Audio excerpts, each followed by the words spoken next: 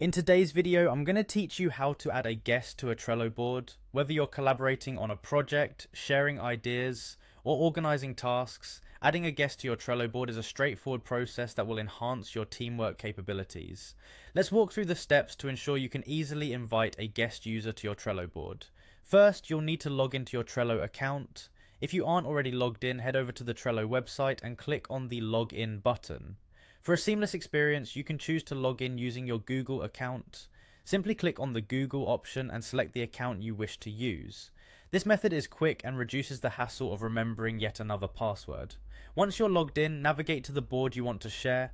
You can do this by selecting it from your dashboard or using the board's direct link if you have one saved. For this demonstration, I'll be heading to my deletable board. Upon reaching your desired board, look towards the top right corner of the screen where you'll find a Share button. Click on it to proceed with adding your guest. In the sharing menu, you'll see a field where you can enter the email address of the person you wish to invite as a guest. Go ahead and type in their email address. It's crucial to double check the spelling here to ensure the invitation goes to the right individual. After entering the email, Trello will display the potential matches from its database based on the email you provided. Once you see your guest's profile, click on it. This confirms the selection of the correct user to add as a guest for your board. Next, you'll want to define the guest's role. Click on the Member drop-down menu.